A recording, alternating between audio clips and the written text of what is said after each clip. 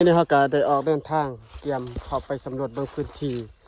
สถานที่ต่างๆอยู่ภายในพลานหินใหญ่ๆอยู่เทิงเนาะเท่านี้เขาก็เล่าได้เท่านี้ถ้าว่าฮอดขอบเขตแล้วเขาจังค่อยๆหยุดกันเบา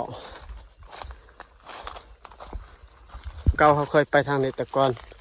เดี๋ยวนี้หกเบิดเลยตอนสมัยหาไม้ขยุงไม่ประดงไม่ดูพวกเขาก็ได้ไปทางนี้เดี๋ยวนี้หกเบิดเลย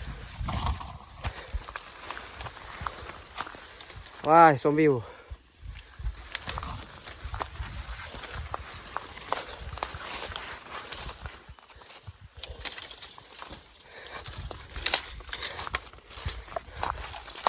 หกไปแล้ว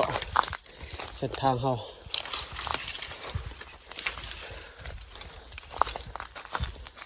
ไปได้บ่โอเคบ่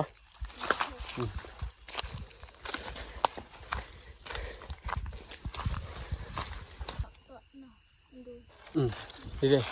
เอาได้พี่น้องเอ้ยเบื่อเลยสถานที่นี่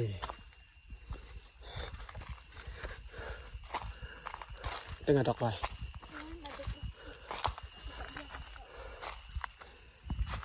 ตึงดอกบิ๊กบอดดึงแต่ฮัตแต่ดอกนี้โอ้สูงเสียวเลย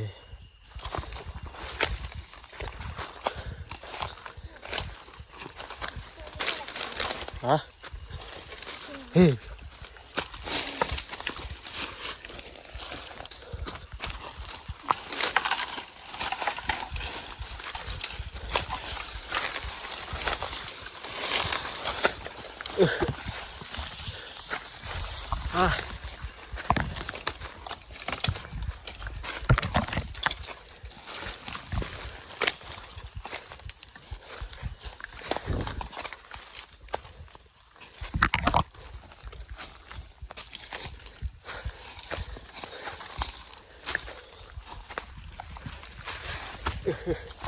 เฮ้ยไงนะเป็นไร